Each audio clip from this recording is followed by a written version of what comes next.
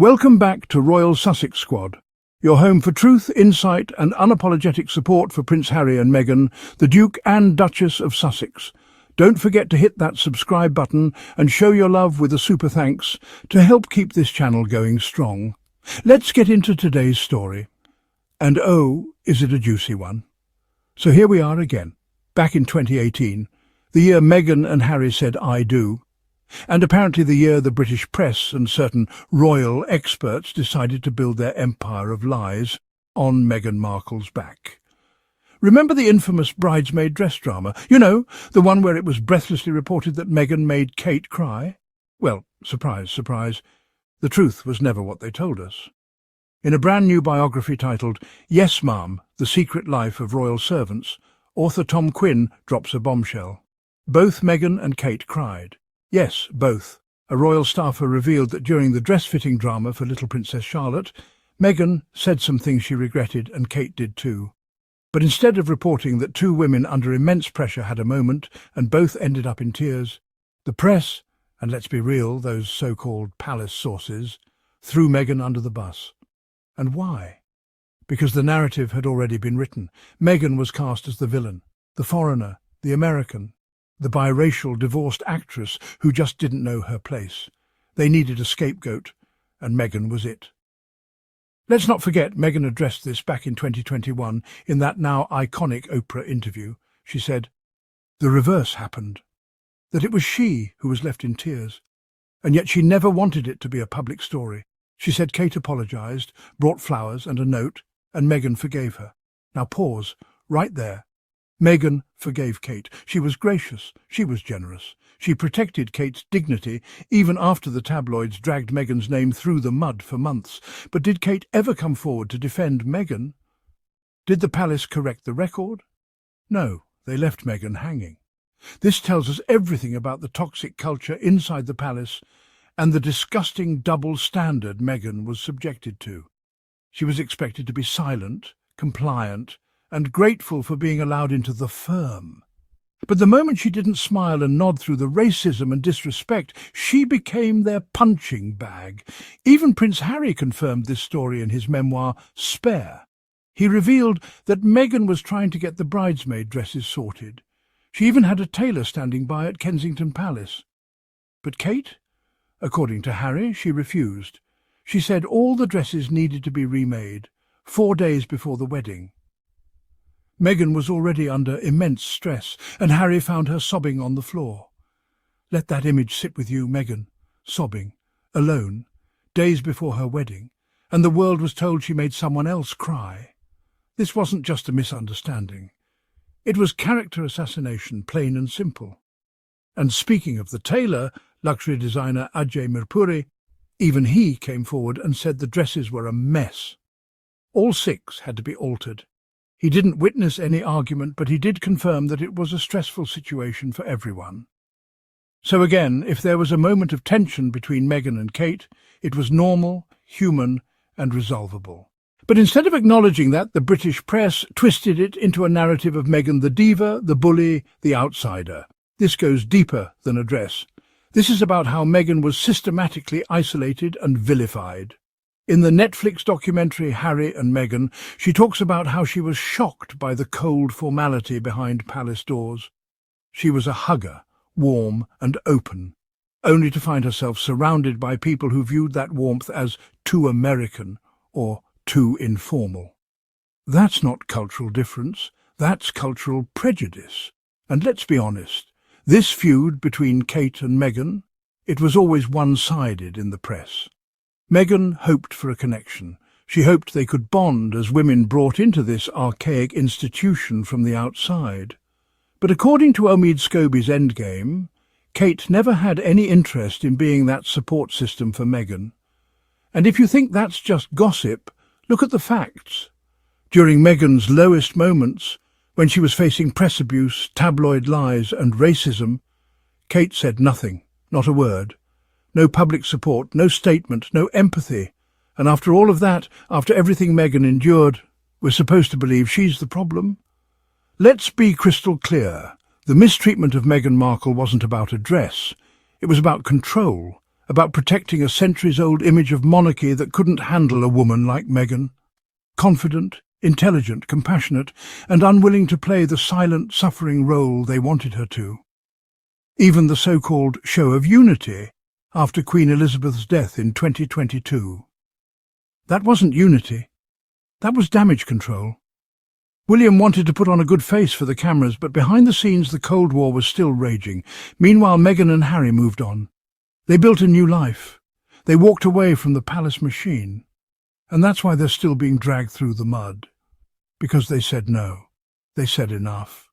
And they refused to be silenced. The fact that we're still talking about this bridesmaid dress in 2025 just shows how desperate the royal gossip industry is to smear Meghan's name. But here at Royal Sussex Squad we see through the lies. We know the truth. And let's not forget, Meghan has never attacked Kate publicly. She's shown restraint, class and maturity, but she's also spoken her truth, and that is her right. So the next time some royal commentator or tabloid rag tries to drag Meghan over a 6-year-old dress drama, remember this. Meghan cried, Kate cried, but only one of them was thrown to the wolves. Meghan Markle and Kate Middleton both cried their eyes out over bridesmaid dress dispute, bombshell book claims. A royal staffer shared new revelations about the 2018 incident in a recent biography by Tom Quinn. Yes, ma'am, the secret life of royal servants Meghan Markle and Kate Middleton's clash over Princess Charlotte's bridesmaid dress is back in the news, with a biography claiming both women were left in tears over the dispute. After the Duchess of Sussex's 2018 wedding to Prince Harry, reports surfaced that the sisters-in-law had a disagreement over the tailoring of Princess Charlotte's bridal party dress that caused Kate to cry. Meghan addressed the issue in her 2021 interview with Oprah Winfrey, saying the reverse happened, implying that she was the one in tears over the incident. A new biography by Tom Quinn, Yes Ma'am, The Secret Life of Royal Servants, has reignited interest in the story, featuring a royal staffer's account of the dispute between Meghan and Kate. I can tell you that all the papers and commentators got this wrong. The truth is that, as with many of these spats between sisters, brothers, or even sisters-in-law, both sides were really upset, the staffer said, according to Newsweek. The truth is that during the discussions about the bridesmaid's dress, Meghan said a few things she regretted and Kate said a few things she later regretted, but it was all in the heat of the moment, the staff member continued. Both women were crying their eyes out. 2018 wedding, where she served as a bridesmaid. Multiple insiders told People there was significant stress leading up to the big day, and a source told veteran royal reporter Camilla Tominey of the Daily Telegraph Kate had only just given birth to Prince Louis and was feeling quite emotional. During her interview with Oprah, Meghan said, "It was a really hard week of the wedding." The Duchess of Sussex added that Kate was upset about something, but later owned it. Kate apologised, and she brought me flowers and a note apologising, Meghan said. I don't think it's fair to her to get into the details of that because she apologised and I've forgiven her. Meghan said what she found shocking was that the story made the press several months after the wedding. I would have never wanted that to come out about her ever, even though it happened, she said. Prince Harry shared his perspective on the bridesmaid dress disagreement in his 2023 memoir Spare, writing that Kate texted Meghan 4 days before the wedding saying, "Charlotte's dress is too big, too long, too baggy. She cried when she tried it on at home." According to the book, Meghan directed her to see the tailor standing by at Kensington Palace since 8 a.m. that morning, but Kate insisted all the dresses need to be remade. After a back and forth between the sisters-in-law over text, the Duke of Sussex said in Spare, "A short time later, I arrived home and found Meg on the floor, sobbing. I was horrified to see her so upset, but didn't think it was a catastrophe." Harry added that Kate came by the next day with flowers and a card to apologise. AJ Mirpuy, the luxury tailor who helped with the bridesmaids' dresses, gave an interview to the Daily Mail in the wake of Harry's book release in 2023, saying that he didn't see an argument between Meghan and Kate. "If anything happened in the background, it didn't happen in front of me. But yes, weddings are stressful at the best of times, and especially one at this high level. You've got to respect that," the tailor said. They were faced with a problem like anyone gets at a wedding, with last-minute hitches. I can understand why anybody would be upset if the dresses weren't fitting. It's nerve-wracking.